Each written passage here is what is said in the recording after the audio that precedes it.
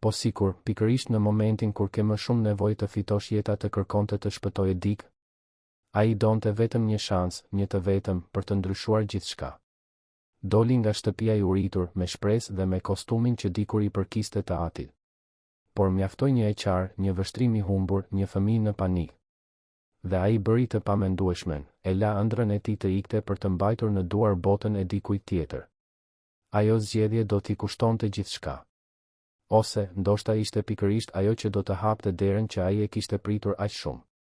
Sepse ndonjëherë ajo që duket si humbje është vetëm fillimi i diçkaje shumë më të madhe. Nëse kjo histori ju interesoi, mos harroni të abonoheni në kanalin ton dhe na tregoni nga cili qytet po na ndiqni, duke vazhduar. Agimi po zbarte ngadalë përmes të çarave të dritares së apartamentit të vogël në njësinë administrative 5 në Tiranë, duke sjellë me vete atë të ftohtë të lagësh që dukej se ngjitej pas lëkurës dhe nuk të lëshonte më. Luan ishte zgjuar prej gati një ore, i ulur në cepin e krevatit të ngushtë që e ndante me motrën e tij, duke vështruar njollën e errët të lagështisë në tavan që përhapet si një hartë e gjithçkaje që i mbetej ende për të pushtuar. 26 vitet e tij dukej se peshonin shumë më tepër se ç'duhej atë mëngjes të enjteje, sikur çdo vit të mbarte me vete të gjitha premtimet e pambajtura, të gjitha ëndrat e shtyra, të gjitha faturat që grumbulloheshin mbi frigoriferin e vjetër të kuzhinës.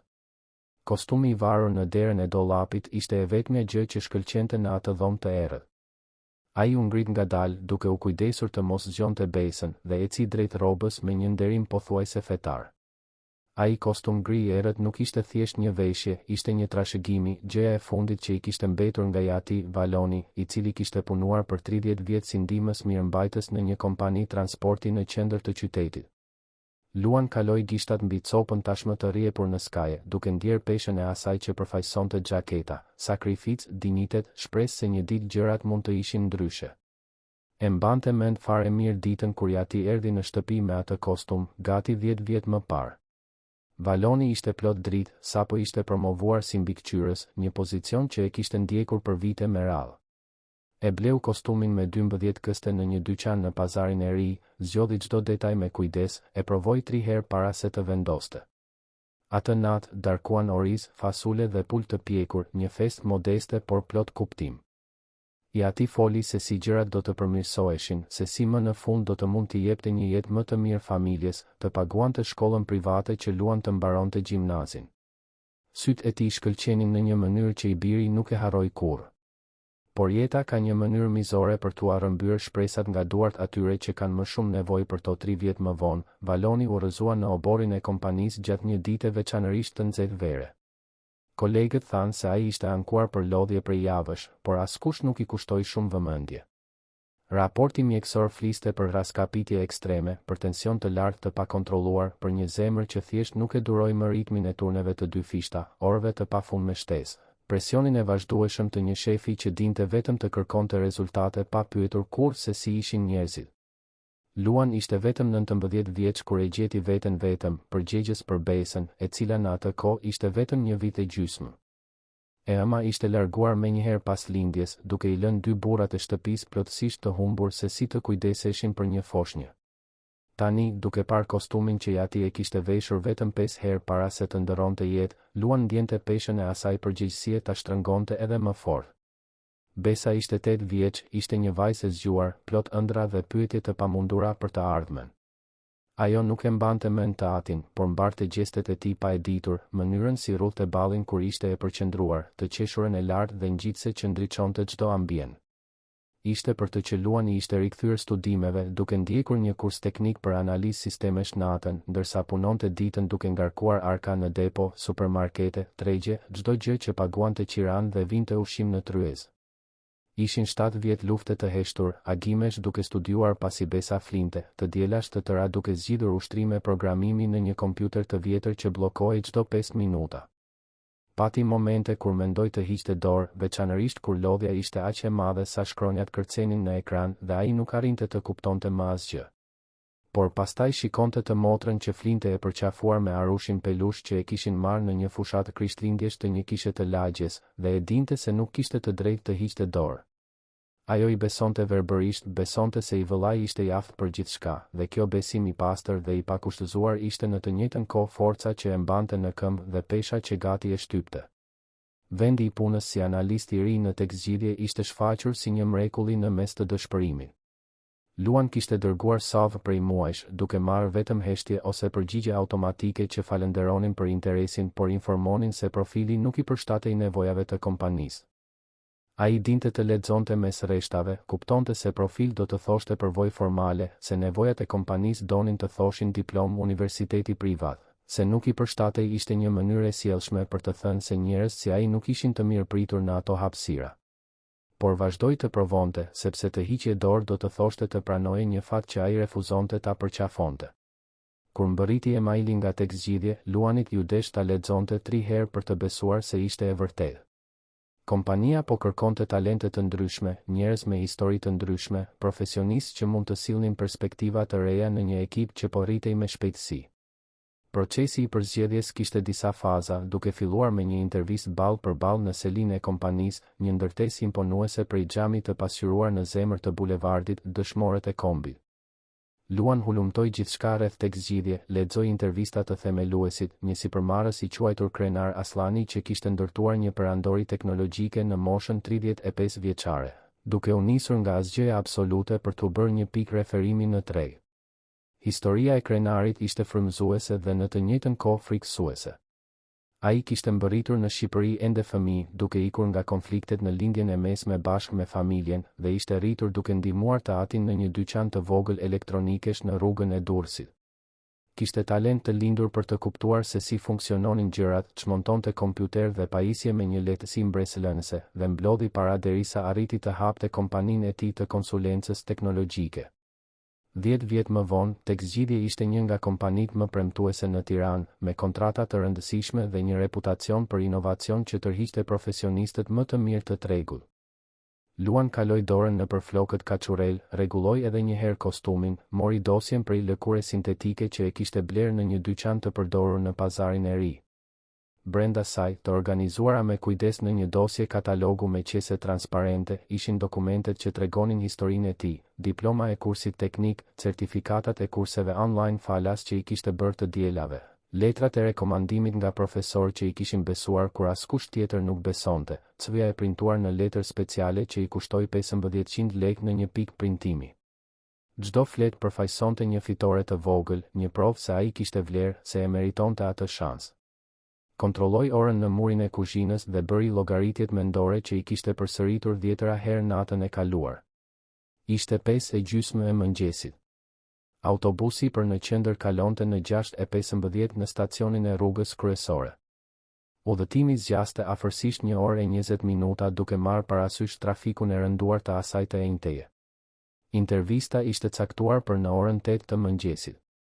Nëse gjithçka shkonte mirë, do të mbërrinte me 20 minuta përpara, kohë e mjaftueshme për të shkuar në tualet, për të larë fytyrën, për të marrë frym thellë dhe për t'u përgatitur psikologjikisht për atë moment që mund të ndryshonte gjithçka.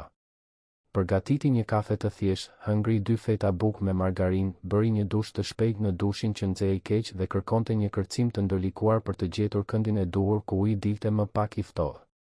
Kur mbaroi së veshuri dhe kontrolloi pasqyrën e krisur të banjës, ndiu një thumbim emocioni t'i përshkonte gjoksin.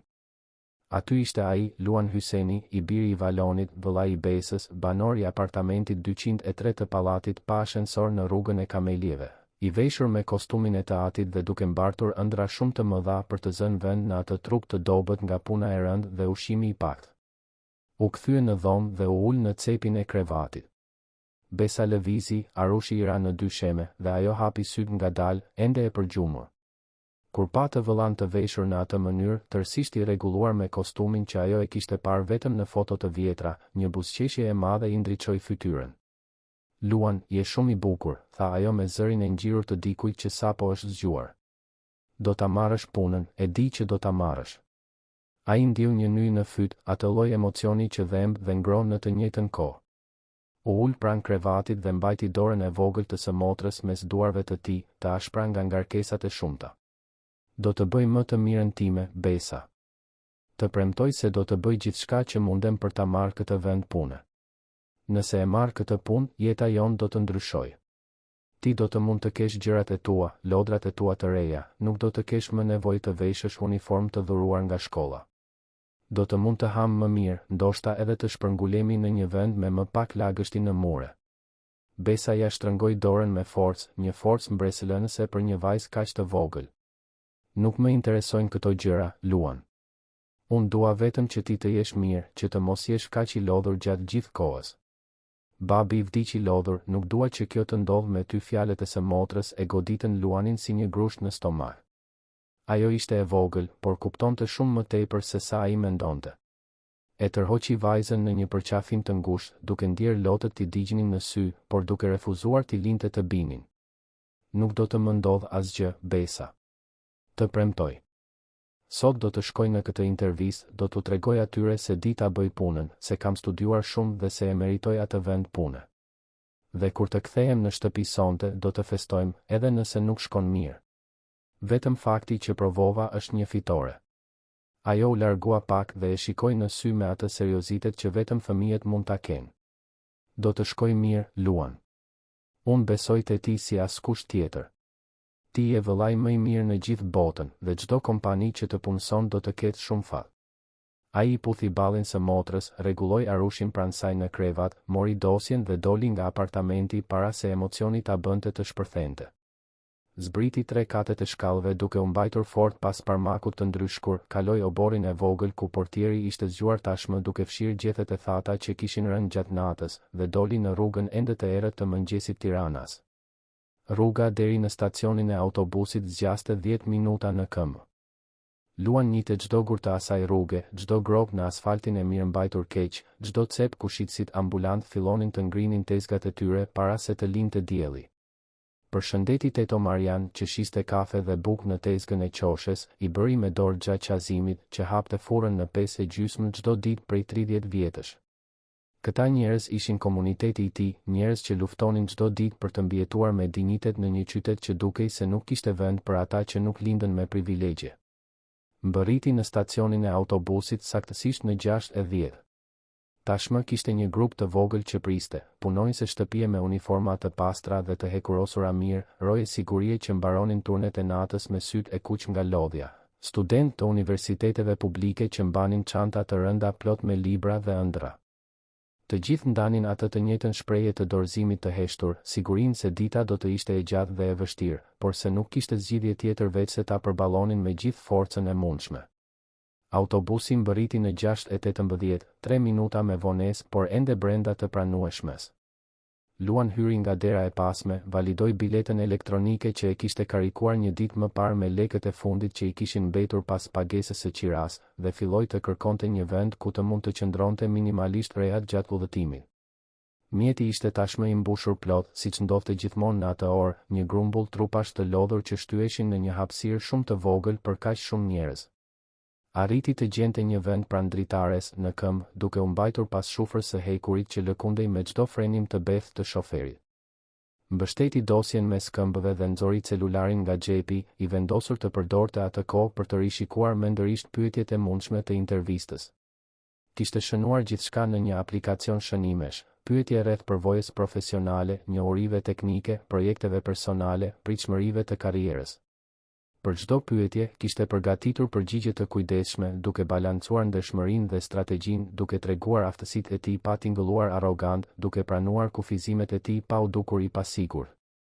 Ishte aq i përqendruar në ekranin e celularit sa gati nuk e vuri re kur autobusi bëri një ndalesë pak më të gjatë se zakonisht në një stacion të lagjes fqinje. Por pastaj një lëvizje i tërhoqi vëmendjen. Një kujdestare hipi me nxitim nga dera e përparme, duke tërhequr për dorë një vajzë të vogël, jo më shumë se 4 vjeç. Fëmia ishte dukshëm i një klase tjetër shoqërore, palltoja e saj e markës së shtrenjtë dhe fustani i prerë mirë binin në sy në ambientin përreth. Kishte tipare delikate, lëkurë të çelët, sy të mëdhenj ngjyrë kafe që dukej se vëzhgonin gjithçka me kuriozitet dhe pak frikë. Kujdestarja ishte dukshëm nervoze, shikonte vazhdimisht celularin. Shkruante mesazhe të shpejta ndërsa përpiqej të balanconte vajzën dhe një çantë të madhe të varur në sup. Luan dëgjoi fragmente të bisedës telefonike që ajo bënte ndërsa kalonte pranë tij duke kërkuar një vend për të ulur. Po, zoti Aslani, po e çoi Jasminën në spital për të bërë analizat që kërkua. Shoferi e ka makinën në servis, prandaj mora autobusin. Po, e di që do të preferoni të përdorja taksi, por aplikacioni është i pamundur për të gjetur në këtë orë. Do të arrijmë në kohë, mos u shqetësoni. Zëri i saj dridhej pak, sikur po fliste me dikë shumë kërkues në anën tjetër të linjës. Luan vëzhgoi kujdestaren që më në fund gjeti një vend në mes të autobusit, duke e ulur vajzën pranë saj. Jasmina, duke e parehatshme, shikonte përreth me atë shprehje të hutuar të dikujt që nuk kishte qenë kurrë më parë në një autobus të mbushur plot. Rrobat e saj të shtrenjta, këpucët e saj prej lëkure të butë, gjithçka tek ajo bërtiste se ai nuk ishte ambienti i saj, se ajo i përkiste një botë tjetër. Luan ktheu vëmendjen te celulari, duke u përpjekur të mos shpërqendrohej. Çdo minutë kishte rëndësi, çdo sekond përgatitjeje mendore mund të bënte diferencën në intervistë. Por kishte diçka në atë skenë, në cenueshmërinë e atij fëmije të vogël në një mjedis të çuditshëm, që prekte diçka brenda tij. Kujtohej kur i duhej të çonte besën në kopsht në vitet e para, se si ajo friksohej mes kaq shumë njerëzve të panjohur, se si kishte nevojë për praninë e tij për t'u ndjerë e sigurt. Autobusi vazhdonte rrugën e tij kaotike nëpër rrugët e Tiranës, duke ndaluar dhe duke u nisur befas, duke i lëkundur pasagjerët nga njëra anë në tjetrën sikur të ishin thasë me patate. Luan kontrolloi orën, 6:45. Ishte brenda afatit. Nëse gjithçka vazhdonte me të njëjtin ritëm, do të mbërrinte në bulevard rreth orës 7:30, do të kishte kohë të mjaftueshme për t'u përgatitur psikologjikisht para intervistës që mund t'ia ndryshonte jetën përgjithmonë. Atëherë ndodhi. Shoferi, i irrituar nga një makinë që i preu rrugën në trafik, frenoi me dhunë të papritur. I gjithë autobusi u trondi. Britma proteste u dëgjuan në të gjithë mjetin. Dhe pastaj, një tingull tjetër çau ajrin, e qara e friksuar e një fëmije. Luan ktheu kokën me shpejtësi dhe pas skenën që do t'ia bënte zemrën të rritë fort. Jasmina kishte rëshitur nga sedilja me frenimin e beftë. Trupi i saj i vogël dhe i brisht kishte rënë në korridor, koka ishte përplasur fort në dyshemen e gomës së konsumuar. Kujdestarja u dëshpërua menjëherë, la celularin dhe u hodh në dysheme për të marrë vajzën. Por diçka nuk shkonte, shumë keq. Jasmina nuk po qante vetëm nga frika, ajo po luftonte për të marrë frymë, fytyra e saj po zbehej, sytë e vegjël po zgurdulloheshin nga paniku ndërsa përpiqej të thithte ajër dhe nuk arrinte dot. E qara filloi të bëhej e çrregullt, e ndërprerë, dëshpëruese. Dikush duhet të thëras një ambulancë, bërtiti kujdestarja, zëri i mbytur nga paniku. Ju lutem, ajo është lënduar, nuk merr dot frymë siç duhet. Luan ndjeu tër trupin t'i tensionohej. Shikoi përreth dhe pa atë që shite gjithmonë në këto momente, njerëz që shmangnin shikimin, që bënin sikur nuk kuptonin, që shtiresheshin se nuk po shihnin asgjë.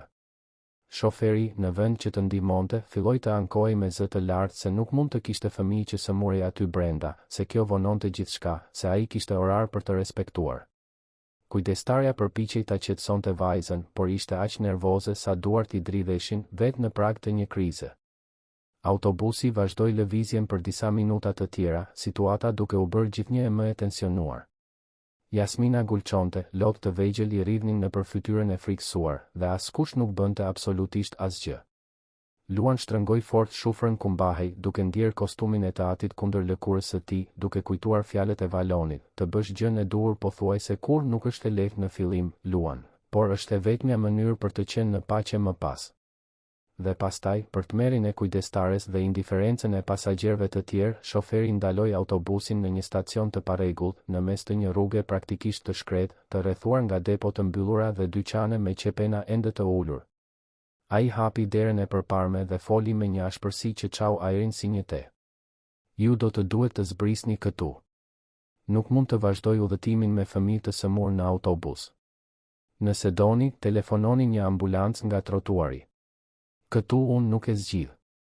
Kujdestarja shikoi jashtë, pa rrugën e zbrazët, dhe dëshpërimi në sytë e saj ishte absolut. Luanit ju duk sikur koha kishte ndalur. Shikoi orën, 7 e mëngjesit. Nëse qëndronte në autobus, do të mbërrinte në kohën e përsosur për intervistën. Nëse zbriste për të ndihmuar, do të humbiste gjithçka, të gjitha ato vite lufte, të gjitha ato net duke studiuar, gjitha atë shpresë që e mbante me vete si një thesar shumë të brisht për të ekzistuar në atë botë mizore. Pa besën në mendjen e tij, duke fjetur e përqafuar me Arushin, duke besuar verbërisht se vëllai do të kthehej në shtëpi me lajme të mira. Pa njollën e lagështisë në tavanin e apartamentit, faturat e grumbulluara, frigoriferin pothuajse bosh.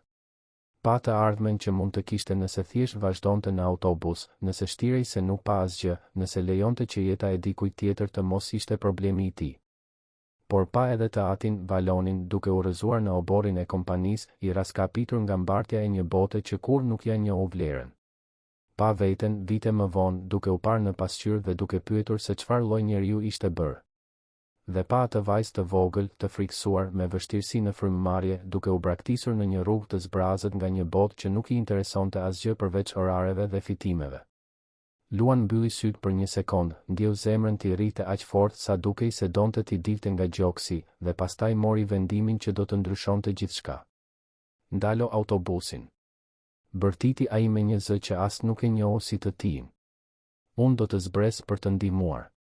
Shoferi ndaloi me një pëshertim të irrituar. Luan lëvizi nëpër korridorin e mbushur plot, duke kërkuar leje me urgjencë, duke mbajtur fort dosjen që përmbante të gjitha ëndrat e tij. Kur arriti pranë derës, shikoi prapa për herë të fundit, pa autobusin që do ta çonte drejt së ardhmes së tij, dhe pastaj kërceu në trotuarin e lagur nga shiu I imët që filloi të binte. Dera u mbyll pas tij me një tingull përfundimtar.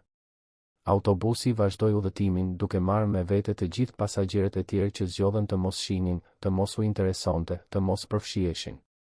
Luan mbeti aty I palvizur për një moment, duke ndjerë shiun e imët t'i lagte kostumin e të atit, duke mbajtur dosjen kundër gjoksit, dhe duke pyetur veten nëse sapo kishte bërë gabimin më të madh të jetës së tij apo të vetmin veprim që do ta përcaktonte si njeriu që donte të ishte. Luan vrapoi disa metra që ndanin stacionin e parregullt nga trotuari ku kujdestarja ishte ulur në gjunjë pranë Jasminës. Vajza vazhdonte me atë frymëmarrje të çrregullt dhe të frikshme, fytyra e saj gjithnjë më e zbetë, buzët duke filluar të merrnin një nuancë lehtësisht të kaltër që ja bëri zemrën të rrifte edhe më fort. Ai e kishte parë këtë më parë, vite më parë, kur Besa kishte pasur një krizë të rëndë bronkiti dhe gati ishte mbytur para se të arrinin në urgjencë. Kujdestarja ishte e paralizuar nga paniku, duart I dridheshin aq shumë sa mezi arrinte të mbante celularin. Luan ul në gjunjë pranë tyre, hoqi xhaketën e tij pa u menduar 2 herë dhe e mbështolli vajzën me kujdes, duke u përpjekur ta mbante ngrohtë ndërsa shiu I imët shndërrohej në një shimë të fortë.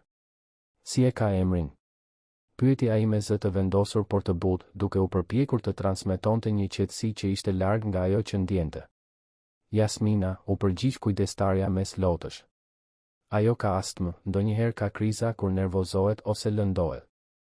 Nuk di çfarë të bëj, celulari nuk po lidhet, nuk ka sinjal këtu.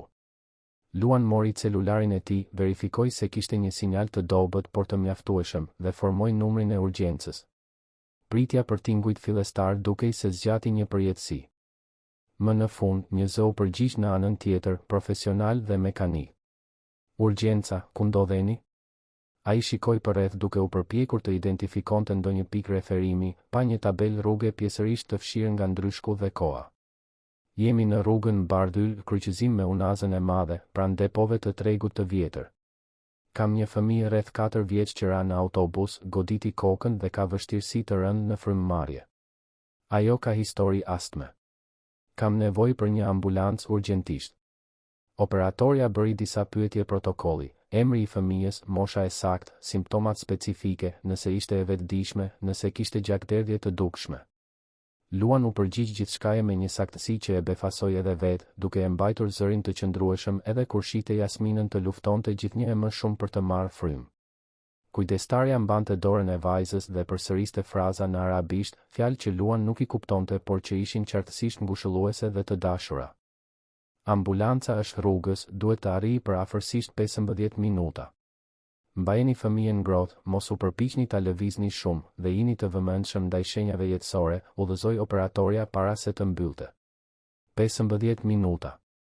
Luan shikoi orën dhe ndjeu një peshë dërmuese në gjoks. Tashmë ishte 7:15 e mëngjesit. Intervista do të fillonte pas 45 minutash. Edhe nëse ambulanca arrinte në kohën e parashikuar, edhe nëse ai arrinte ta linte vajzën të sigurt dhe të vraponte për të marrë një autobus tjetër, kur nuk do të arrinte në kohë. I gjithë ai planifikimi kujdesshëm, të gjitha ato llogaritje të sakta të orarit, kishin shkuar dëm. Fjalë për fjalë, pasi shiu tani binte me më shumë forcë, duke ja bërë qull kostumin, duke lagur dosjen prej lëkure sintetike që ishte në tokë pranë tij.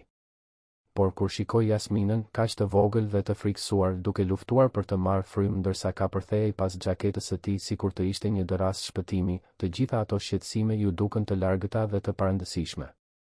Çfarë ishte një intervistë pune krahasuar me jetën e një fëmije? Çfarë ishin ëndrat e tij përballë dëshpërimit të asaj nëne zëvendësuese që e donte qartësisht atë vajzë sikur të ishte e saj? Filloi të fliste butësisht me Jasminën, duke u përpjekur ta shpërqendronte nga frika dhe vështirësia për të marrë frymë. I tregoi për Besën, se si edhe ajo ishte e vogël dhe trime, për arushin pelush me të cilin flinte çdo natë.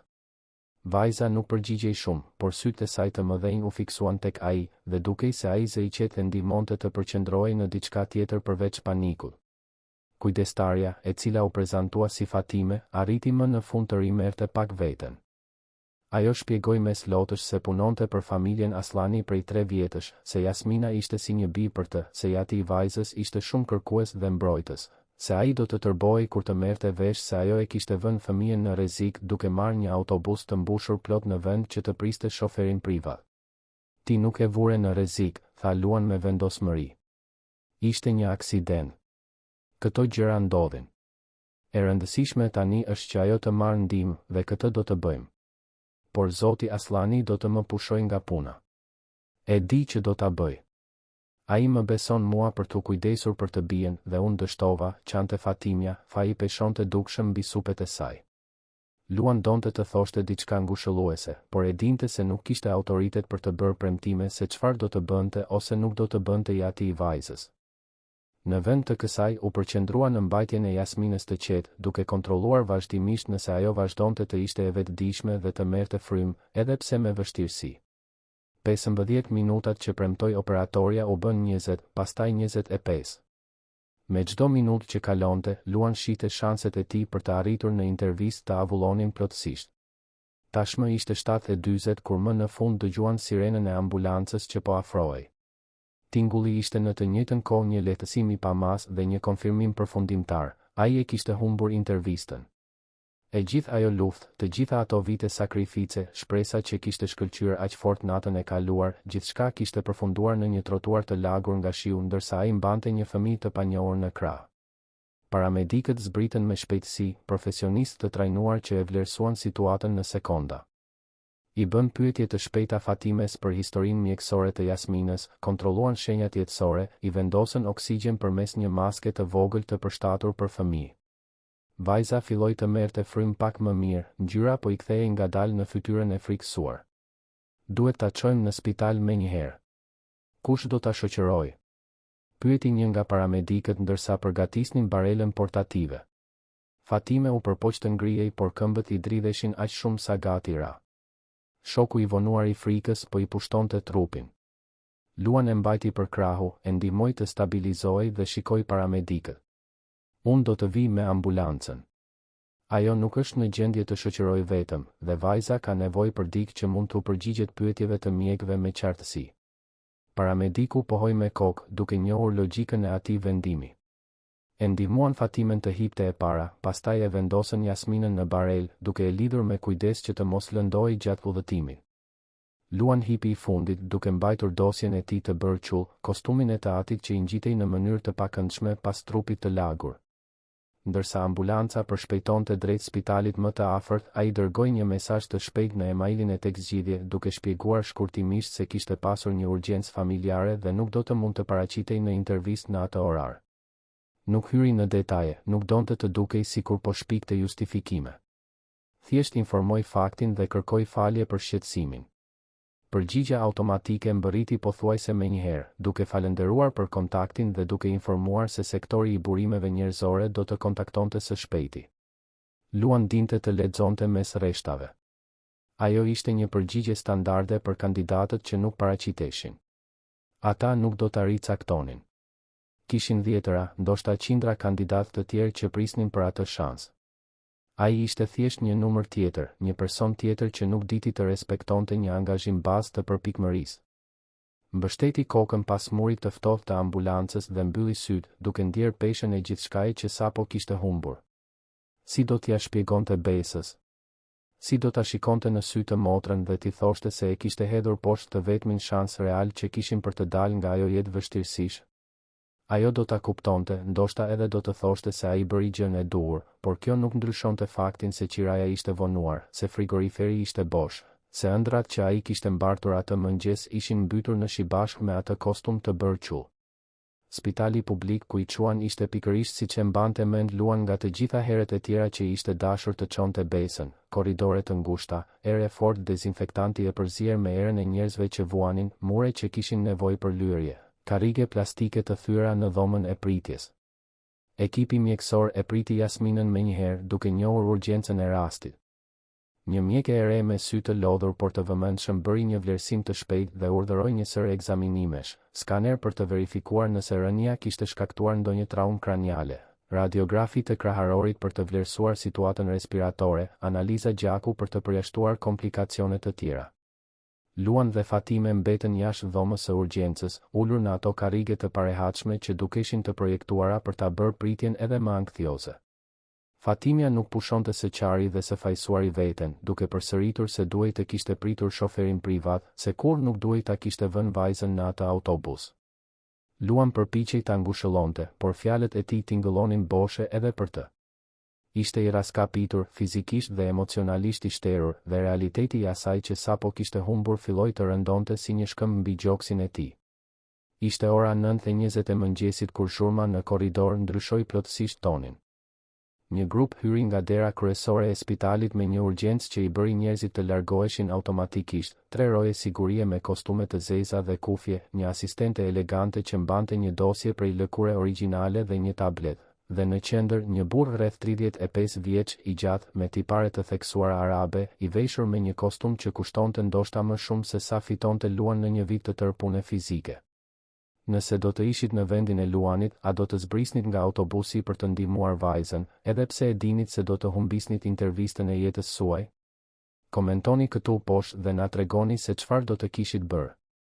Krenar Aslani e përshkoi atë korridor sikur të ishte pronari i spitalit, por kishte diçka në fytyrën e tij që shkonte përtej arrogancës së parave. Ishte frikë e pastër, dëshpërim prindi. Tmerri i dikujt që kishte pushtet mbi pothuajse gjithçka, por nuk mund të kontrollonte brishtësinë e jetës së atij që donte më shumë. Ai fliste shpejt në arabisht në telefon, zëri i lartë kumbonte nëpër muret e zhveshura, derisa pa mjeken që dilte nga dhoma e urgjencës. Ndërpreu telefonatën në mes të një fjalie dhe praktikisht vrapoi drejt doktoreshës, fjalët i dilnin në një shipe me theks të huaj dhe plot ankth. Vajza ime, Jasmina Aslani, a është mirë? Më thanë se ra, se kishte vështirësi në frymëmarrje. Ku është? Duhet ta shoh tani. Mjekja, e mësuar të merrej me familjar të dëshpëruar por qartësisht e friksuar nga prania imponuese e atij burri dhe shoqëruesve të tij, shpjegoi me qetësi profesionale se Jasmina ishte stabile, se ekzaminimet paraprake nuk tregonin traumë të rëndë kraniale, se kriza respiratore ishte kontrolluar por se donin ta mbanin në nënvëzhgim për disa orë për t'u siguruar se nuk kishte komplikacione. Krenari këmbënguli ta shite të bien menjëherë. Mjekja e shoqëroi brenda dhe për disa minuta korridori mbeti në një heshtje të tensionuar. Luan shfrytëzoi rastin për të shkuar në tualet, për të larë fytyrën, për t'u përpjekur të merrte pak veten. Kur u pa në pasqyrën e njollosur të tualetit publik, pa një të huaj që e shikonte, kostumi i të atit i bërë qull dhe i rrudhur, këmisha e ngjitur pas trupit të dobët, syt e kuq nga lodhja, mjekra e paruar që nuk pati kohë ta rregullonte atë mëngjes të ngarkuar. Dukej pikërisht siç ishte, dikush që sapo kishte humbur shansin e jetës së tij dhe nuk dinte si do t'i mbijetonte pasojave. Kur u kthye në korridor, dëgjoi zëra që vinin nga brenda dhomës së urgjencës. Krenari kishte dalë, duke mbajtur Jasminën në krah. Vajza ishte zgjuar, ende e zbet, por dukshëm më mirë, e përqafuar në qafën e të atit sikur të mos donte ta lëshonte kurrë më. Ai i përshpëriste gjëra në arabisht, i puthte ballin vazhdimisht dhe edhe përmes barierës së gjuhës ishte e mundur të ndjejë dashuria e dëshpëruar e atij burri për të bijën. Atëherë pa Fatimen. Shpreha në fytyrën e krenarit ndryshoi menjëherë, butësia u zëvendësua nga një zemërim i ftohtë dhe i kontrolluar. Ja dha Jasminën asistentes dhe eci drejt kujdestares me hapa të matur dhe kërcënues. Si guxove ta vësh vajzën time në rrezik në këtë mënyrë, Fatime? Si guxove ta fusësh në një autobus publik të mbushur plot të pasigurt? Unë të besova. Të paguaj rrogën që vajza ime të jetë e sigurt dhe ti gati e vrave nga neglizhenca.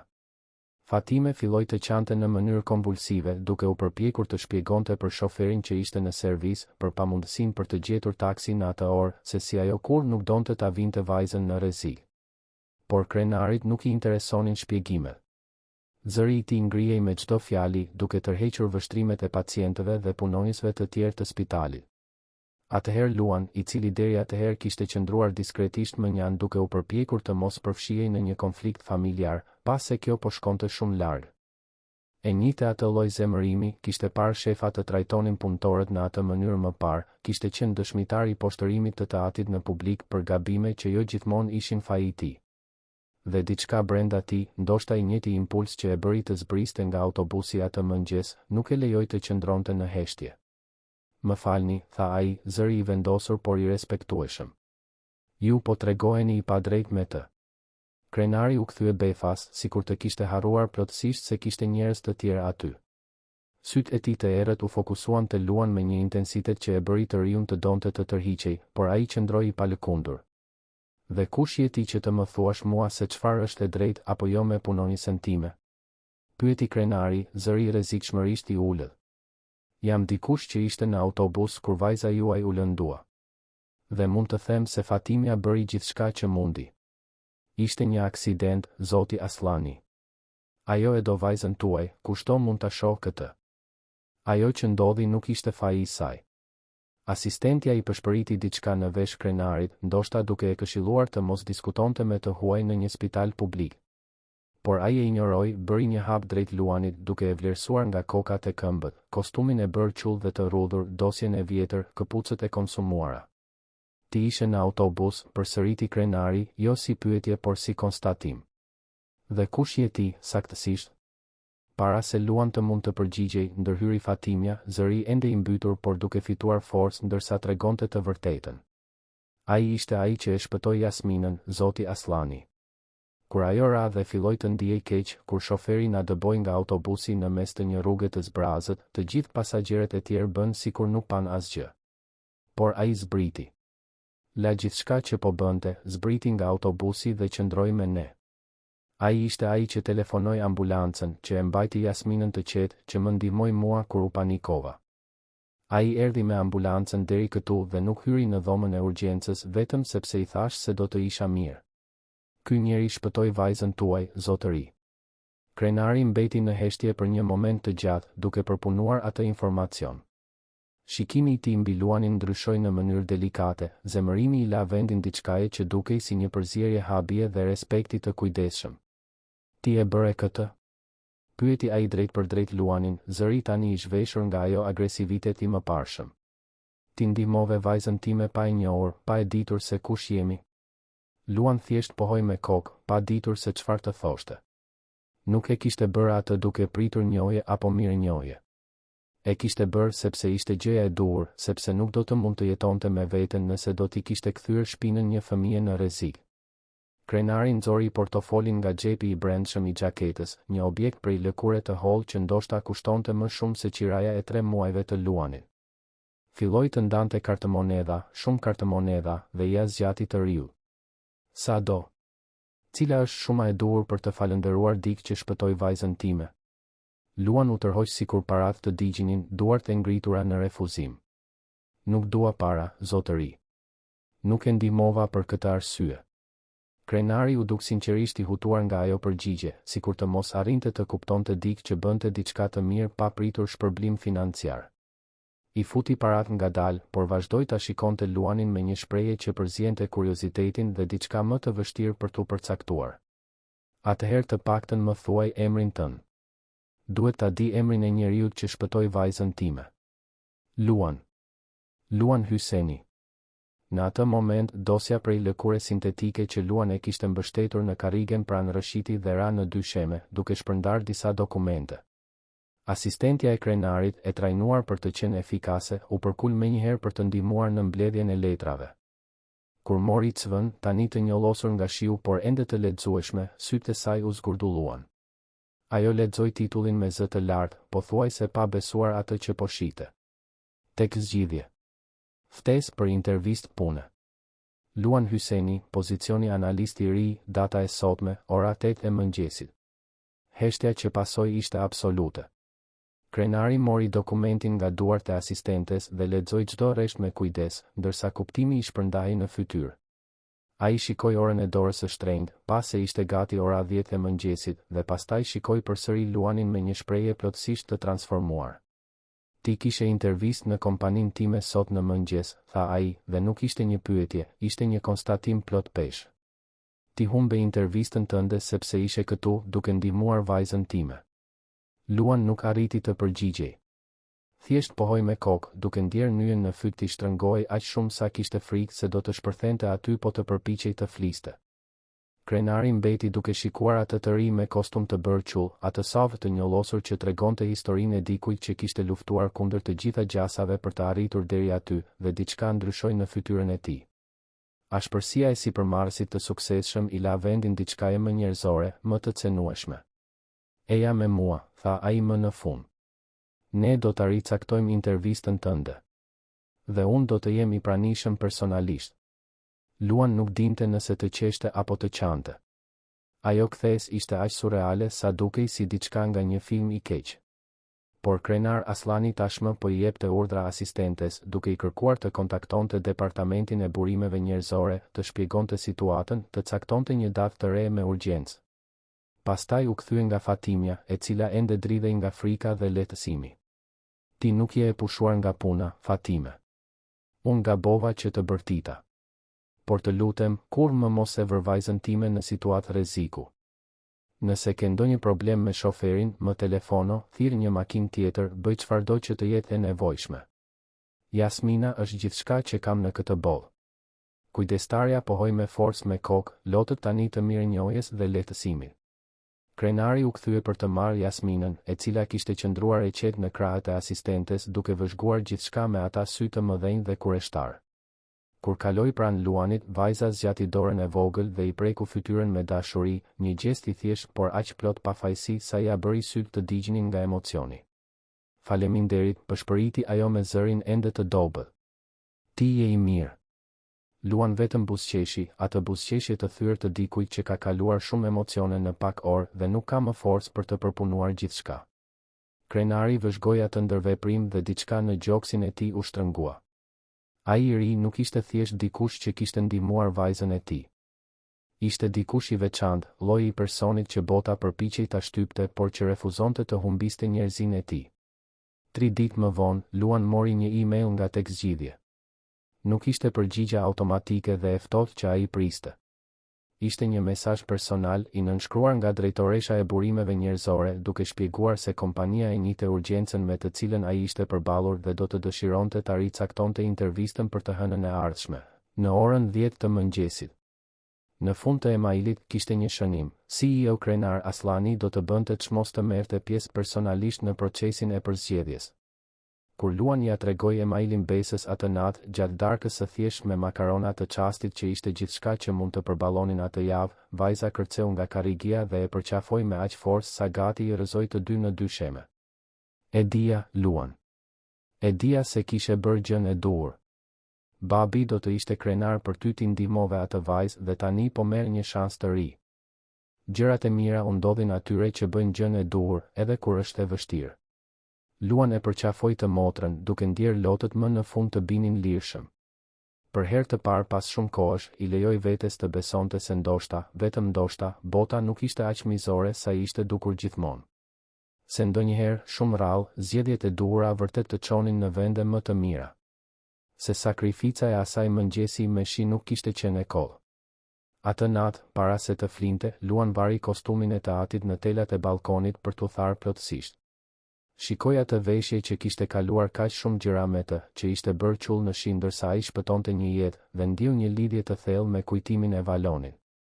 I atij ti kishte kaluar jetën duke u përpjekur të bënte gjën e duhur, duke punuar deri në raskapitje për t'i dhënë më të mirën familjes.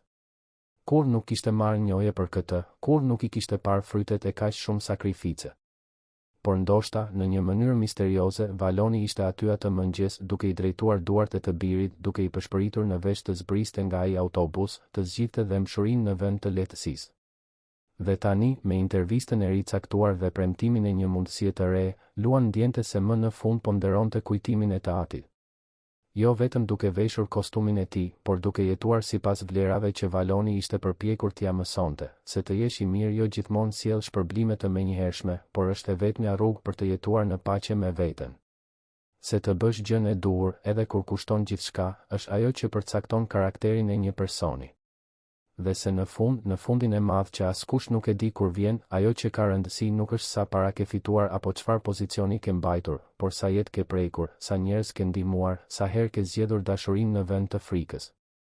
Atë natë, për herë të parë pas vitesh, Luan fjeti pa peshën dërmuese të dëshpërimit në gjoks. Fjeti me shpresë të vërtet, se ardhmja që ai kishte punuar aq shumë për ta ndërtuar ishte më në fund në maj të gishtave të tij të ashpërsuar nga puna e rëndë. Dhe se këtë herë, asgjë nuk do ta pengonte ta kapte këtë shans me gjithë forcën që kishte brenda vetes.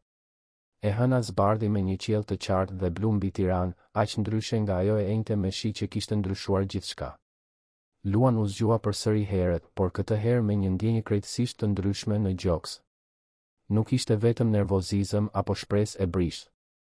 Ishte diçka më e fortë, më konkrete, sikur universi më në fund të kishte vendosur se ai meritonte një shans real. Kostumi i të atit ishte i pastër dhe i thatë, i hekurosur me kujdes nga besa natën e kaluar duke përdorur hekurin e vjetër që nxehej shumë nga njëra anë dhe pak nga tjetra. Vajza kishte këmbëngulur të ndihmonte, duke thënë se donte që vëllai të arrinte në intervistë me gjithë fatin e mundshëm. Luan e veshi robën me të njëjtin respekt si gjithmonë, por tani mbarte një kujtim shtesë. Ajo copë kishte mbrojtur një fëmijë të frikësuar, ishte bërë qull në shi ndërsa ai bënte zgjedhjen më të vështirë të jetës së tij. Kostumi nuk ishte vetëm trashëgimi i të atit, ishte dëshmitar i guximit të tij. Këtë herë doli nga shtëpia me kohë të mjaftueshme. Mori metron në vend të autobusit duke shpenzuar pak më shumë, por duke siguruar përpikmëri absolute. Kur doli nga stacioni Skënderbej dhe eci përgjatë bulevardit dëshmorët e kombit, u ndjej i vogël përballë atyre ndërtesave gjigante prej xhami dhe çeliku, secila duke përfaqësuar pasuri që ai mezi mund t'i imagjinonte. Selia e tek zgjidhje ndodhej në një nga ndërtesat më moderne, tërësisht e pasqyruar, duke reflektuar qiellin blu në një mënyrë që e bënte ndërtesën të dukej e bërë prej drite.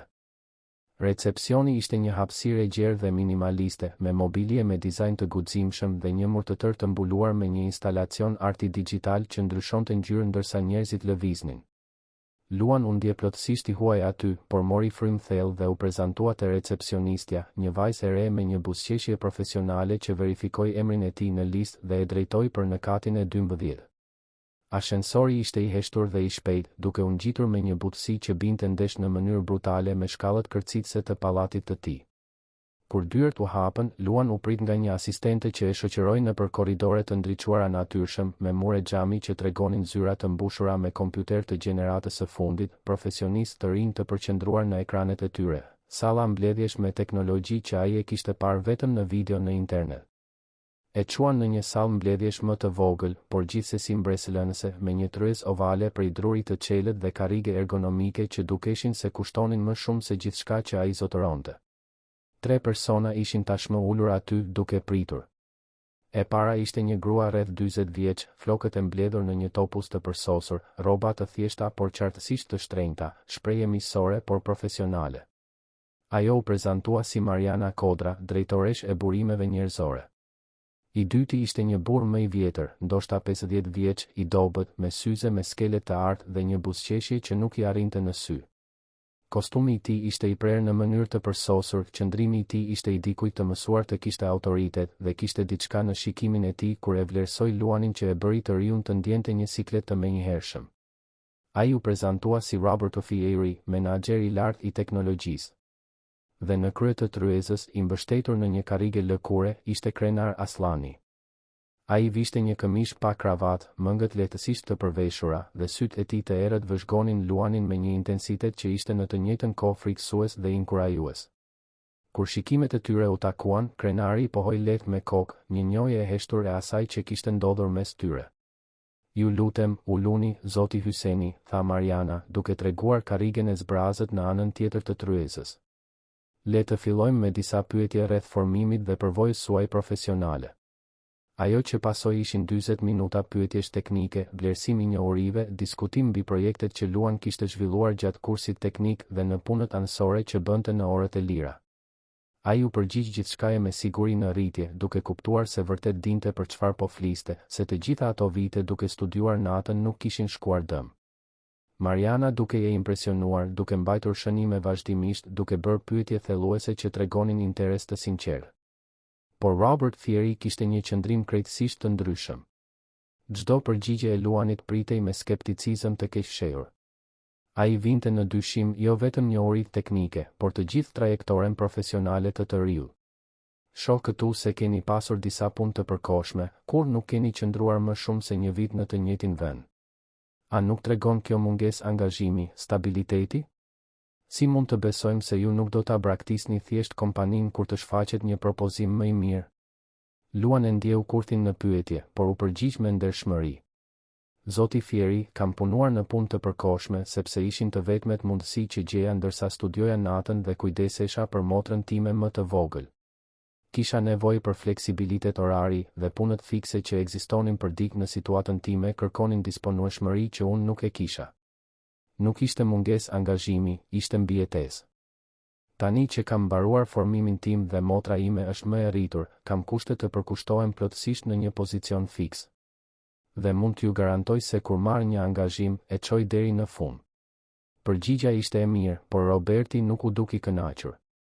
Vazhdoi me pyetje gjithnjë më agresive, duke vënë në dyshim nëse Luan vërtet kishte profilin e duhur për t'u integruar në kulturën e kompanisë, nëse nuk do të kishte vështirësi të punonte me një ekip kaq të kualifikuar, nëse ishte i përgatitur për kërkesat e një ambienti korporativ të nivelit të lartë. Krenari vëzhgonte gjithçka në heshtje, sytë i shkonin nga Luan te Roberti dhe përsëri, sikur të vlerësonte jo vetëm përgjigjet por edhe dinamikat e pushtetit që shpaloseshin në atë dhomë. Mariana përpiqej të balanconte gjërat duke bërë pyetje më neutrale, por ishte e qartë se Roberti kishte një lloj rezistence viscerale ndaj pranisë së Luanit aty. Në fund të intervistës, kur Luan u la të priste vendimin jashtë, Mariana, Roberti dhe krenari mbetën vetëm në dhomë. Ajo që ndodhi aty brenda Luan e mësoi më vonë, muaj më vonë, kur Mariana ja tregoi në një moment besimi. Roberti kishte qenë i drejtpërdrejtë në kundërshtimin e tij. Krenar, me gjithë respektin, ky djalë nuk ka profilin që na duhet. Ai është inteligjent, nuk e mohoj, por vjen nga një sfond krejtësisht i ndryshëm. Do të ketë vështirësi të përshtatet, të kuptoj hollësitë e ambientit korporativ. Dhe sinqerisht, mendoj se po ndikohemi nga çështje emocionale këtu. Fakti që ai ndihmoi vajzën tënde nuk duhet të na bëjë të ulim standardet tona të punësimit. Krenari kishte dëgjuar gjithçka pa e ndërprerë, por kur Roberti mbaroi, përgjigja e tij ishte e prerë. Robert, ky djalë ka më shumë karakter në një thua se sa shumë njerëz në këtë kompani kanë në gjithë trupin. Ai humbi një intervistë pune, shansin e jetës së tij, për të ndihmuar një fëmijë të panjohur. Sa prej punonjësve tanë, me gjithë mbatë dhe trajnimet e tyre në leadership, do të kishin bërë të njëjtën gjë? Ai është i punësuar. Dhe kjo nuk është e negociueshme. Vendimi ju komunikua Luanit ende atë ditë. Ai do të fillonte si analist i ri të hënën e ardhshme, me një rrogë që, megjithse modeste për standardet e tekzgjidhje, përfaqësonte 4 herë më shumë se sa fitonte ai duke ngarkuar arka. Kur mori lajmin, Luanit ju desh të ulej, këmbët i dridheshin aq shumë sa nuk mund ta mbanin. Ja kishte dalë. Kundër të gjitha gjasave, të gjitha pengesave, gjithë strukturës që duke e projektuar për ta mbajtur gjithmonë aty ku ishte, ai ja kishte dalë. Javët e para në tekzgjidhje ishin një mal me emocione. Luan arrinte herët çdo ditë, gjithmonë i pari i ekipit dhe largohej vonë, i fundit që fikte kompjuterin. Thifte njohuri si një sfungjer, bënte pyetje inteligjente, ofronte zgjidhje kreative për probleme që të tjerët as nuk e kuptonin se ekzistonin. Përkushtimi i tij vije i re nga të gjithë, veçanërisht nga Mariana, e cila shite tek ai potencialin që kishte mbrojtur që nga intervista. Por Robert Fieri nuk hoqi dorë nga rezistenca e tij. Ai gjente mënyra delikate për ta sabotuar Luanin, duke i deleguar detyra të pamundura me afate jo reale, duke e përjashtuar nga mbledhjet e rëndësishme, duke u atribuar të tjerëve meritat për zgjidhjet që Luan kishte zhvilluar. Ishte një luftë e heshtur, e zhvilluar në korridoret e korporatës me buzëqeshje false dhe thika të fshehura në komplimente të helmuara. 3 muaj pas punësimit të tij, Luan po punonte në një projekt kritik, zhvillimin e një sistemi të analizës së të dhënave për një klient të rëndësishëm në sektorin financiar. Projekti ishte nën presion, me afate të ngushta dhe pritshmëri shumë të larta.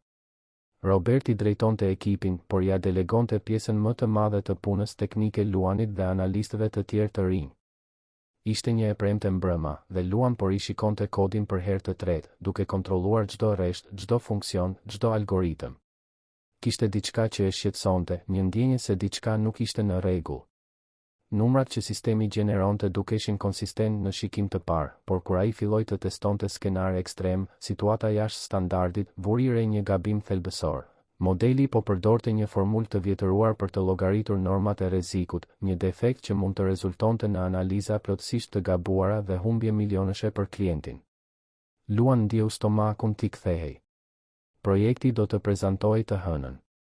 Nëse ai gabim kalonte pa u vënë re dhe sistemi implementohej, pasojat do të ishin katastrofike jo vetëm për klientin, por për gjithë reputacionin e tek zgjidhje. Ai mori telefonin dhe i telefonoi Robertit, duke i shpjeguar situatën me urgjencë. Përgjigjja e menaxherit ishte e ftohtë dhe e irrituar. Luan, po e egzageron. Ky model është rishikuar nga shkencëtarja jonë e lartë e të dhënave. Nëse do të kishte ndonjë gabim, ajo do ta kishte vënë re. Mendoj se je shumë nervoz dhe po sheh probleme aty ku nuk ekzistojnë. Shko në shtëpi, pusho, dhe të hënën flasim me qetësi. Por Luan nuk arriti thjesht të largohej. Kaloi gjithë fundjavën duke ribër llogaritjet, duke dokumentuar gabimin, duke krijuar një prezantim të detajuar që tregonte saktësisht se ku ishte problemi dhe si ta korrigjonte. Të hënën në mëngjes, kërkoi një mbledhje urgjente me gjithë ekipin, përfshirë shkencëtaren e të dhënave që kishte miratuar modelin origjinal. Mbledhja ishte e tensionuar. Roberti u përpoq ta minimizonte situatën, duke sugjeruar se Luan po shkaktonte alarm të panevojshëm. Por kur shkencëtarja e të dhënave, një grua brillante e quajtur Fiona, analizoi të dhënat që Luan kishte përgatitur, fytyra e saj u zbe. Ajo pranoi publikisht se kishte bërë një gabim, se ishte e mbingarkuar me projekte të shumta dhe e kishte miratuar modelin pa rishikimin e thellë të nevojshëm. Nëse sistemi do të implementohej me atë defekt, dëmet do të ishin të pariparueshme. Projekti u shty, gabimi u korrigjua, klienti u informua për problemin dhe u impresionua me kujdesin e kompanisë për të garantuar cilësinë mbi gjithçka. Krenari, kur mësoi për historinë, dërgoi një email falënderimi për gjithë ekipin, duke njohur publikisht rëndësinë e rishikimit të kujdesshëm të Luanit. Por në email, emri i atij që kishte zbuluar problemin nuk u shfaq. Roberti ishte siguruar që meritat i shkonte ekipit si një tër, duke mos përmendur kur specifikisht analistin e ri që kishte shpëtuar projektin. Dhe në korridore, Luan filloi të ndjente shikimet të ndryshonin.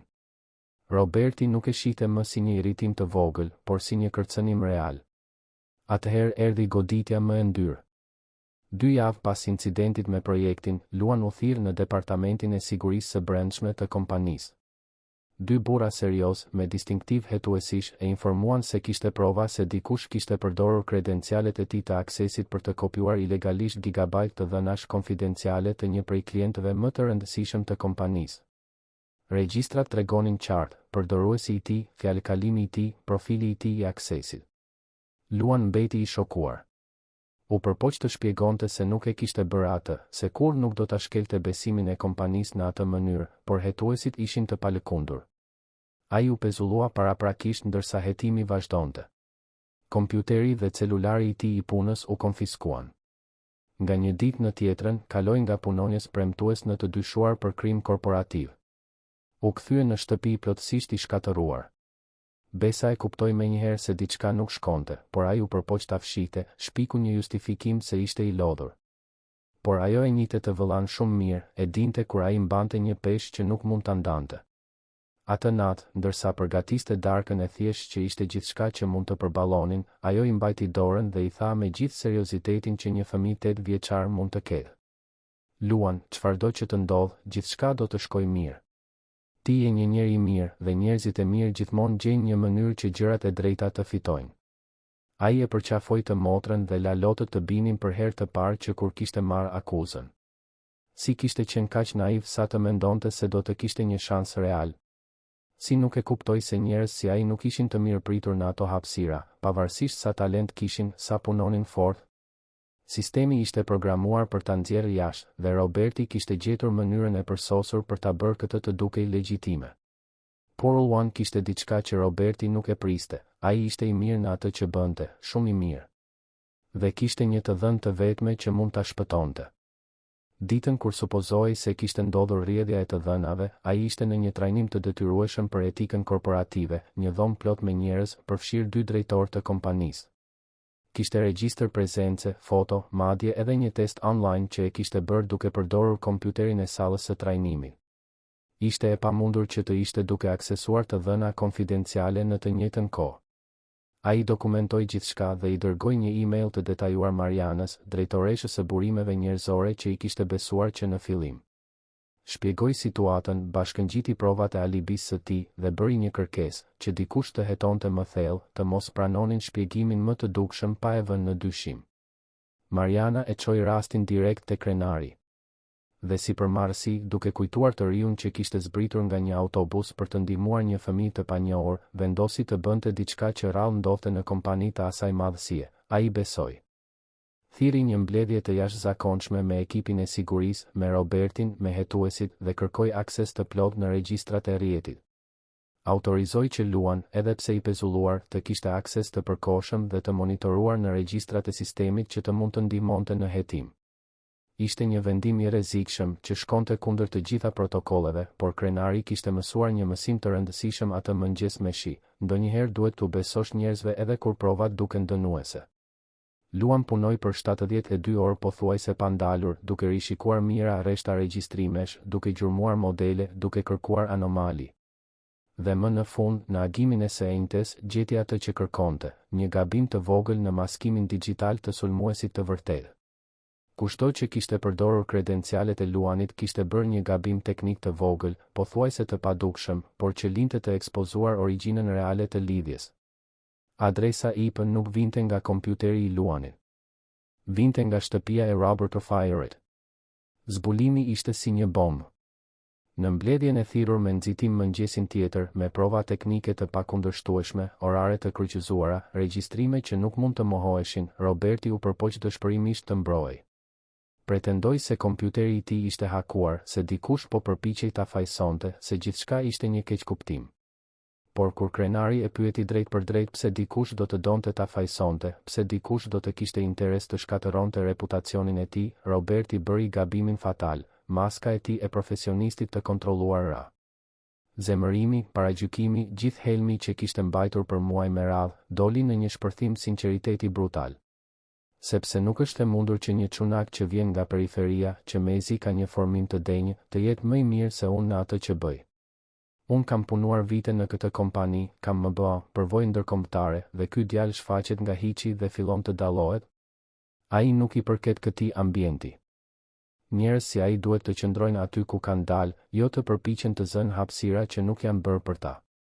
Heshtja që pasoi ishte absolute dhe e tmerrshme. Mariana kishte lodhë zemërimi në sy. Hetuesit dukeshin të shokuar nga pranimi i hapur i paragjykimit. Dhe krenari, i cili kishte ndërtuar një perandori pasi kishte mbërritur në Shqipëri si refugjat, i cili e njihte nga afër peshën e racizmit dhe ksenofobisë, u ngrit ngadalë. Zëri i ulët por i ngarkuar me një autoritet që i bëri të gjithë në dhomë të dëgjonin me vëmendje. Robert O'Fairy, ju jeni i pushuar nga puna me efekt të menjëhershëm. Jo vetëm për sabotim dhe tentativë për të fajsuar një koleg të pafajshëm, por për mishërimin e pikërisht atij lloji mentaliteti që kjo kompani nuk e toleron. Këtu, ne vlerësojmë talentin, karakterin dhe përkushtimin, jo origjinën e njerëzve. Luan Hyseni ka treguar më shumë profesionalizëm dhe integritet në 3 muaj se sa keni treguar ju në të gjitha vitet tuaja këtu. Roberti doli nga dhoma i shoqëruar nga siguria, mbretëria e tij e pushtetit të vogël duke u shembur në minuta. Luan, i cili kishte parë gjithçka në heshtje, ende duke përpunuar madhësinë e asaj që sapo kishte ndodhur, u thirr nga krenari për një bisedë private në zyrën e tij. Ajo që ndodhi aty ndryshoi gjithçka. Krenari jo vetëm që e riktheu Luanin me një kërkesë formale faljeje nga kompania, por i ofroi atij pozicionin drejtues që kishte mbetur bosh me pushimin e Robertit.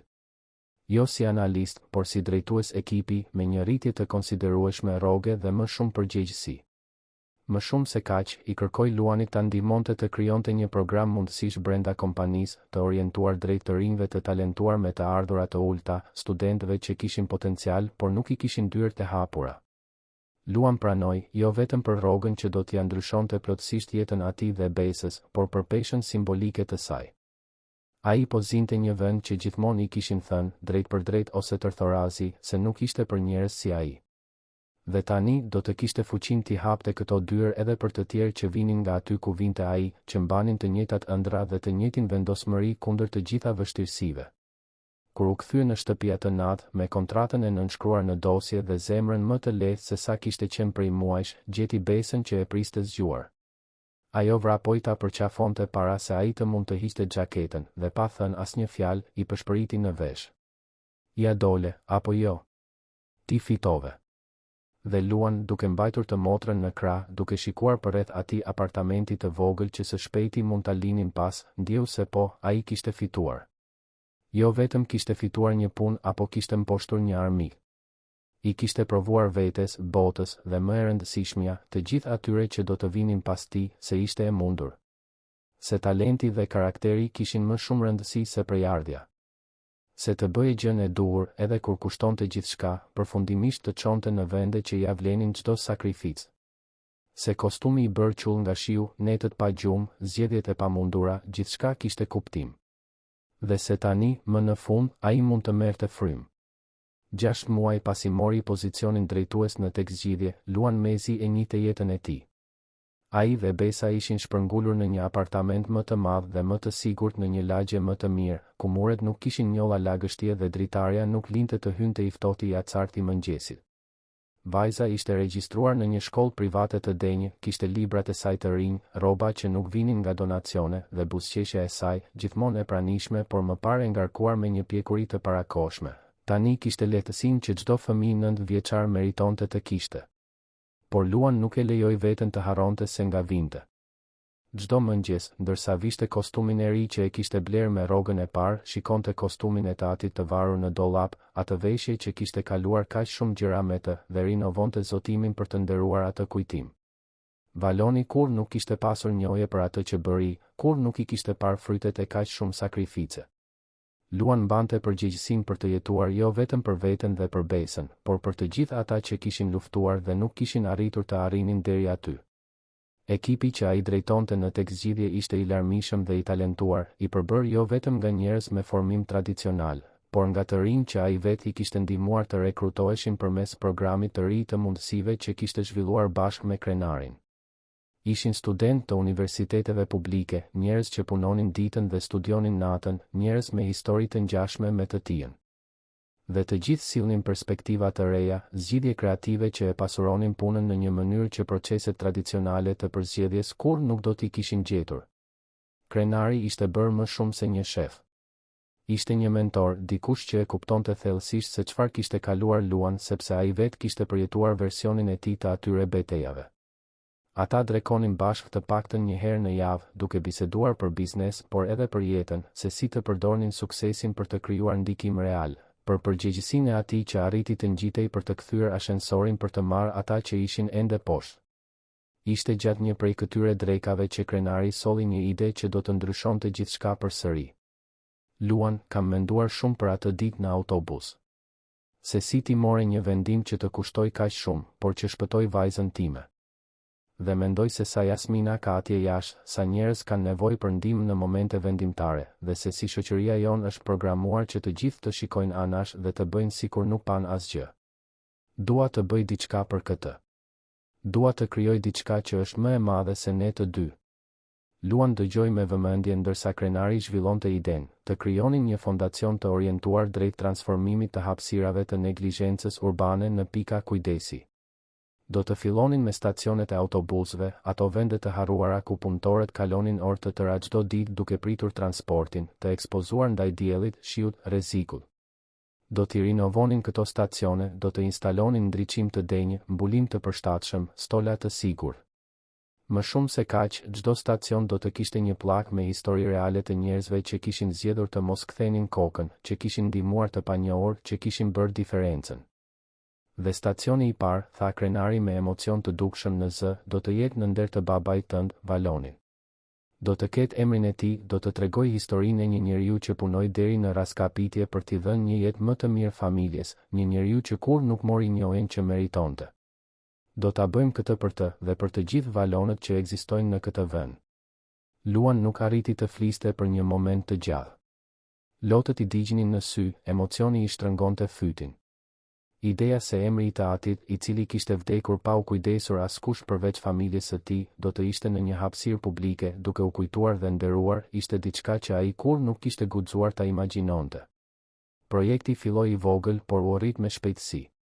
Kompani partnere I u bashkuan nismës, secila duke kontribuar me ekspertizë dhe burime.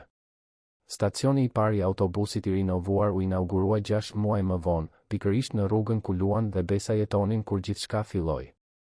Transformimi ishte mbresëlënës, ajo që më parë ishte një strukturë e pasigurt, e ndriçuar keq, tani ishte një hapësirë e pastër, e mirëmbajtur, me mbulim që mbronte nga shiu, stola të rehatshëm, ndriçim lëri që funksiononte gjatë gjithë natës. Dhe në murin kryesor, një pllak bronzi me emrin e Valon Hysenit dhe një tekst të shkurtër por të fuqishëm për trashëgimin e tij. Inaugurimi ishte një ngjarje emocionuese. Ishin të pranishëm jo vetëm drejtuesit e tekzgjidhje dhe partnerët e projektit, por edhe banorët e lagjes, njerëz që e kishin njohur Valonin, punëtor që e përdornin atë stacion çdo ditë. Besa ishte aty, e veshur me një fustan të ri, por duke mbajtur arushin e vjetër pelush, një lidhje me atë që ishte para se gjithçka të ndryshonte. Kur Luan u ngjit për të mbajtur fjalimin e inaugurimit, ajo ishte në rreshtin e parë, syt I shkëlqenin nga krenaria. Luan shikoi atë turm të vogël, fytyrat e njerëzve të zakonshëm që përfaqësonin pikërisht ata që ky projekt synonte t'u shërbente, dhe filloi të fliste me një zë që dridhej nga emocioni por forcohej me çdo fjalë. Babai im, Valon Hyseni, punoi për 30 vjet si ndihmës mirëmbajtës. Ai zgjohej para se të lindte dielli, merrte autobus të mbushur plot pikërisht si ky që kalon këtu përballë, dhe punonte orë të gjata për një rrogë që mezi mjaftonte për të mbajtur familjen. Ai kur nuk u ankua. Kur nuk tha se jeta kishte qenë e padrejtë me të. Thjesht punonte ditë pas dite, duke besuar se po ndërtonte diçka më të mirë për mua dhe motrën time. Luan bëri një pauzë, duke shikuar Besën, e cila qante në heshtje ndërsa shtrëngonte arushin pas gjoksit. Ai nuk jetoi për ta parë këtë ditë. Nuk jetoi për të parë djalin e tij duke punuar në një kompani teknologjike, duke drejtuar një ekip, duke ndihmuar në krijimin e mundësive për të rinj të tjerë. Nuk jetoi për të parë vajzën e tij në një shkollë të denjë, duke pasur mundësitë që ai gjithmonë ëndërronte t'i kishte. Por gjithçka që unë jam sot, gjithçka që kam arritur të ndërtoj, ishte e mundur për shkak të asaj që ai më mësoi.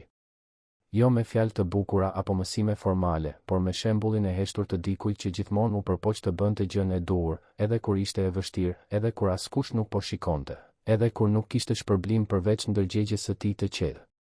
Turma dëgjonte në heshtje respektuese, shumë me lot në sy, duke njohur historitë e tyre në ato fjalë. Një vit e gjysmë më parë, vazhdoi Luan, unë hyra në një autobus shumë të ngjashëm me ata që kalojnë këtu. Kisha një plan të përsosur në kokë, të arrija në kohën e duhur për një intervistë pune që mund të ma ndryshonte jetën. Por pastaj një fëmijë ra, u lëndua, dhe shoferi vendosi se kjo nuk ishte problemi I tij. E dëboi vajzën dhe kujdestaren në një rrugë të zbrazët dhe autobusi vazhdoi përpara. Të gjithë pasagjerët e tjerë bën sikur nuk pan asgjë. Dhe unë duhej të zgjidhja, të vazhdoja me planin tim apo të zbrisja për të ndihmuar. Ai shikoi drejt për drejt krenarin, I cili qëndronte në këmbë pranë Jasminës. Vajza, tani 5 vjeç e gjysmë, mbante dorën e tatit dhe shikonte Luanin me ata sy të mëdhenj që dukej se kuptonin më shumë se ç'duhej për moshën që kishte. Unë zbrita nga ai autobus. E humba intervistën. Mendova se kisha hedhur poshtë shansin tim të vetëm për të ndryshuar jetën.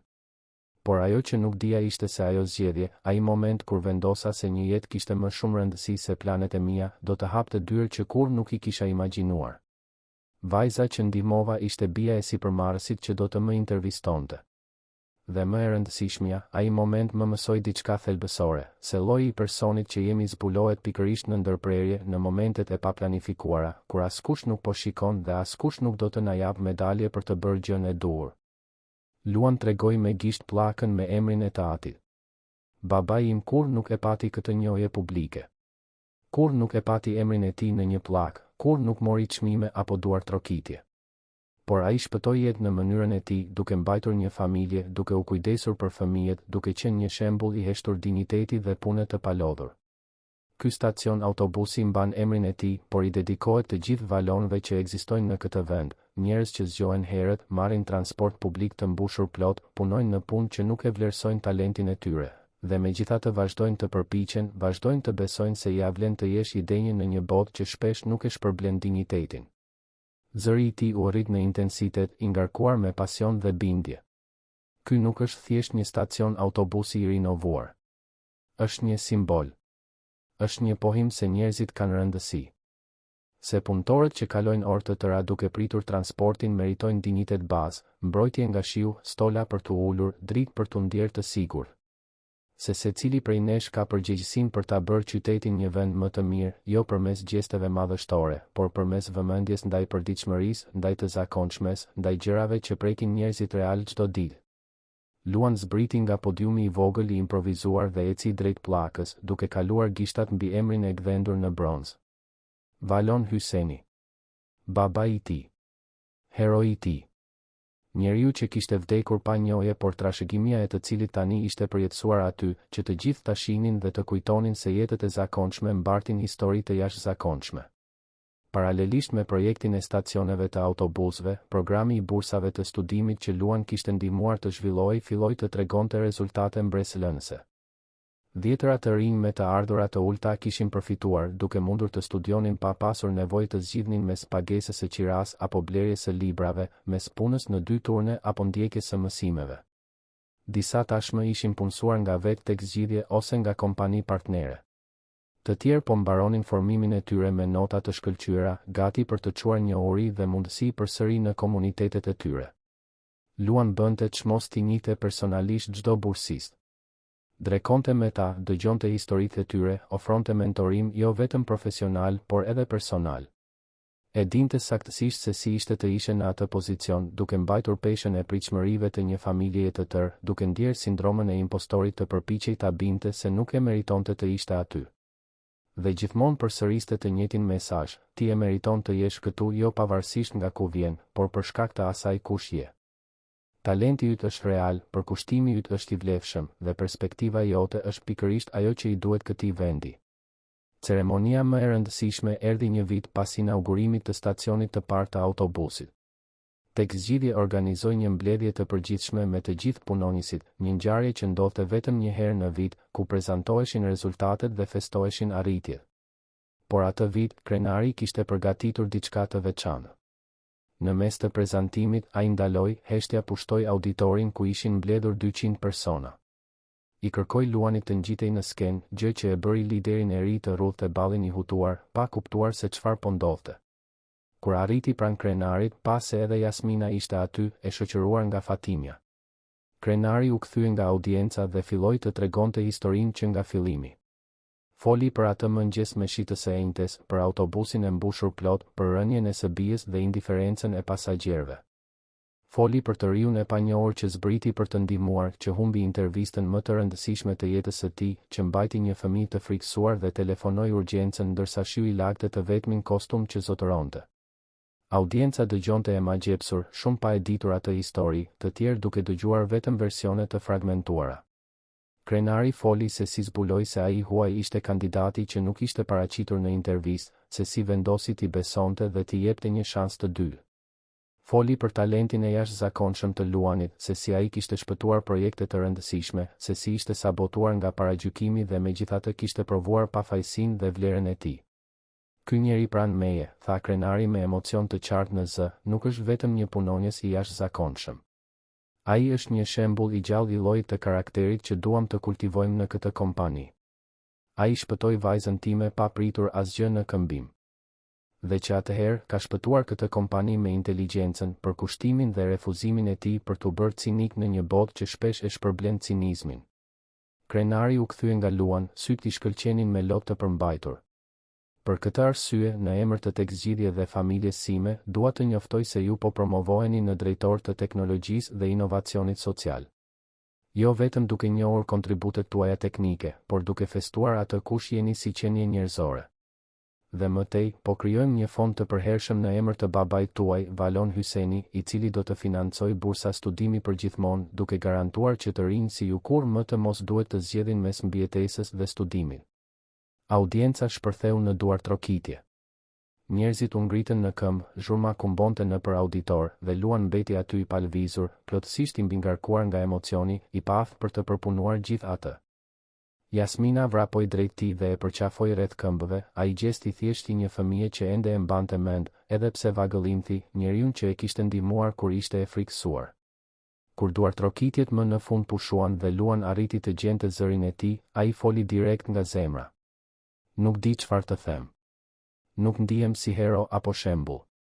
Ndihem si dikush që thjesht u përpoq të bënte atë që ishte e drejtë, atë që babai im më mësoi të bëja. Por e pranoj këtë nder jo për veten time, por për të përfaqësuar të gjithë ata që kur nuk marrin njohje. Punëtorët e padukshëm që e mbajnë këtë qytet në funksionim. Nënave që punojnë në 3 punë për t'u dhënë arsim fëmijëve. Të rinjve që studiojnë natën pas ditësh raskapitse pune fizike. Të gjithë meritojnë të shihen, të vlerësohen, të njihen. Ai shikoi drejt për drejt bursistët e programit që ishin në audiencë, disa me lot që u rridhnin hapur nëpër fytyra. Për secilin prej jush që ka ardhur nga aty ku kam ardhur unë, që e njeh shihen e hidhur të përjashtimit, që është gjykuar për ngjyrën e lëkurës, për mbiemrin, për kodin postar ku banon, për theksin që mban, për faktin se prindërit tuaj nuk kanë diplomë universiteti, unë ju them, ju i përkisni këtij vendi. Talenti juaj është real. Vlera juaj nuk përcaktohet nga vendi ku keni lindur, por nga ai që zgjidhni të jeni. Dhe kur të arrini aty ku doni të arrini, mos harroni ta ktheni ashensorin për të marrë ata që janë ende poshtë. Sepse askush nuk arrin askund i vetëm. Unë nuk arrita. Në muajt në vijim, historia e Luanit u bë virale në rrjetet sociale, u shfaq në gazeta, u bë shembull në leksione për leadershipin dhe përgjegjësinë sociale. Por ai mbajti këmbët në tokë, duke refuzuar intervista të gjata, duke shmangur vëmendjen që mund ta shndërronte në një personazh të famshëm. Misioni i tij nuk ishte të ishte i famshëm, por të përdorte çdo platformë që kishte për të amplifikuar zërat që normalisht nuk dëgjoheshin. Programi i rinovimit të stacioneve të autobusëve u zgjerua në qytete të tjera. Çdo stacion i inauguruar mbante emrin e një punëtori të zakonshëm që kishte bërë diferencën në komunitetin e tij, një pastruese që kishte rritur 5 fëmijë vetëm dhe të gjithë ishin diplomuar në universitet, një shofer autobusi që kishte shpëtuar jetë gjatë një aksidenti, një shitse ambulante që kishte ushqyer fëmijët e rrugës për vite me radhë pa kërkuar njohje. Histori që më parë vdisnin në anonimat tani ruheshin, festoheshin, shndërroheshin në frymëzim. Besa, e cila tani ishte 10 vjeç, filloi ta shoqëronte të vëllain në disa nga inaugurimet. Ajo fliste me një shkathësi befasuese për moshën e saj se si ishte të rriteshe pa privilegje por me dinjitet, se si shembulli i të vëllait i kishte treguar se mirësia nuk ishte dobësi, se vëmshuria nuk ishte naivitet, se të bëjë gjën e duhur kishte vlerë edhe kur kushtonte shtrenjtë. Prania e saj shtonte një shtesë emocioni në evente, duke u kujtuar të gjithëve se çdo fëmijë që ata ndihmonin mund të bëhej Luani i ardhshëm, Besa e ardhshme, personi i ardhshëm që do të transformonte botën përreth saj. Në një pasdite veçanërisht domethënëse, gati 2 vjet pas atij autobusi të mbushur plot që kishte ndryshuar gjithçka, Luan qëndronte në këmbë në stacionin e autobusit që mbante emrin e të atit, duke vëzhguar lëvizjen e rrugës. Ishte fundi i pasdites, orari i pikut, dhe punëtorët që ktheheshin në shtëpi ndalonin aty, pushonin në stola, mbroheshin nga shiu i imët në strehën e re. Disa lexonin pllakën për Valonin, të tjerë thjesht shijonin të kishin një vend të denjë për të pritur. Krenari u shfaq pa pritur, i shoqëruar nga Jasmina, e cila tani 6 vjeç ishte më e zgjuar dhe e artikuluar. Vajza vrapoi drejt Luanit dhe i dha një vizatim që kishte bërë, një skenë e një autobusi me një burr që ndihmonte një fëmijë. Në cep, e shkruar me shkronja të dridhura por plot kujdes, ishte një mesazh: faleminderit që më shpëtove dhe që e bën botën më të mirë. Luan u ul në gjunjë për të qenë në lartësinë e vajzës dhe e përqafoi me butësi. Jo, Jasmina. Ti më shpëtove mua.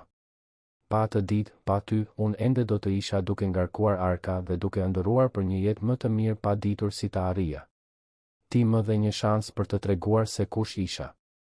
Dhe unë do ta kaloj pjesën tjetër të jetës duke u përpjekur ta nderoj atë shans.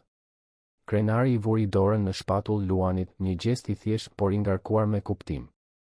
Aty ishin dy burra me origjina krejtësisht të ndryshme, të bashkuar nga një sër rastësisht të pabesueshme që ishin shndërruar në një qëllim të përbashkët.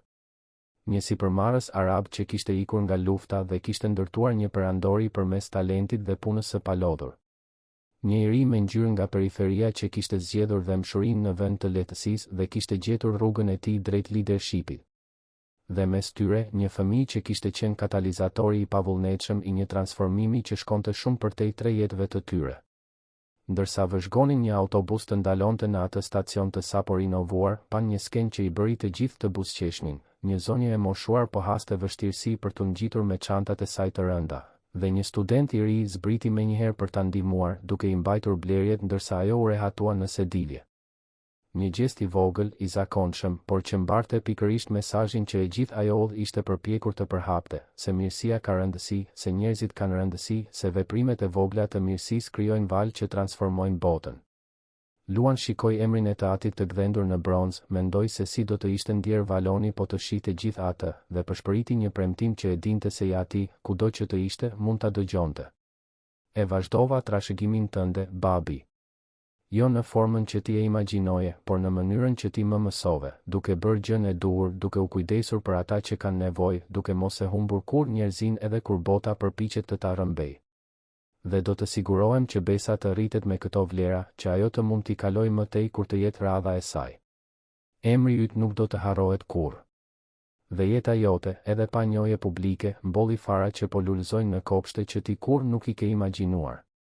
Atë pasdite, ndërsa dielli perëndonte mbi Tiranë duke e ngjyrosur qiellin me portokalli dhe vjollcë, 3 breza historisht ndërthureshin në atë stacion autobusi të rinovuar, ai i Valonit që punoi deri në limit dhe kur nuk pa shpërblim, ai i Luanit që transformoi sakrificën në qëllim dhe ai i Besës dhe Jasminës, fëmijë që do të rriteshin në një botë pak më të mirë sepse dikush, në një mëngjes me shitë së enjtes, vendosi se një jetë e panjohur kishte më shumë rëndësi se planet e tij. Dhe ky, në fund, ishte kuptimi i vërtet i gjithçkaje, se transformimi social nuk ndodh përmes revolucioneve madhështore apo heronjve të pamundur, por përmes zgjedhjes së përditshme, të përsëritur pafundësisht nga njerëz të zakonshëm, për të mos kthyer kokën kur dikush ka nevojë për ndihmë, për të mos pranuar padrejtësinë vetëm sepse gjithmonë ka qenë kështu, për të përdorur çdo fuqi që ke, sado e vogël të jetë, për ta bërë botën pak më pak mizore për ata që vijnë pas. Historia e Luanit dhe Valonit, e autobusit dhe intervistës, e fëmijës së shpëtuar dhe dyrëve të hapura, nuk ishte një përrall ku gjithçka zgjidhet magjishëm. Ishte një histori reale, plot me ndërlikimet dhe padrejtësitë që shënojnë jetën e atyre që nuk lindën me privilegje. Por ishte gjithashtu një provë e gjallë se mirësia ka fuqi, se karakteri përfundimisht fiton, se sistemet e padrejta mund të sfidohen nga njerëz që refuzojnë të pranojnë se mizoria është e pashmangshme.